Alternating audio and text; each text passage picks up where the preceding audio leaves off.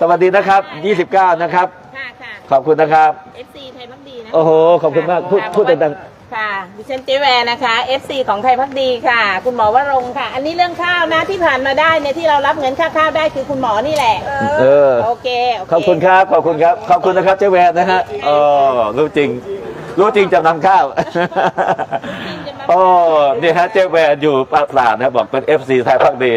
เพราะว่าจัดการเรื่องขี้โกงจำนำข้าว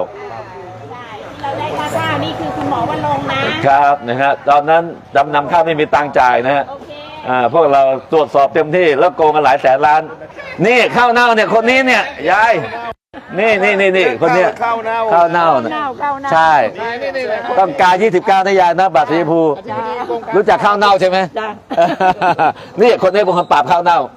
จ้างั้นอย่าลืมนะยายนะโชคดีนะบัตรสีชมพูโชคดีจ้าแล้วเดี๋ยวจะปรับเงินผู้สูงอายุให้ 1,000 บาทนะ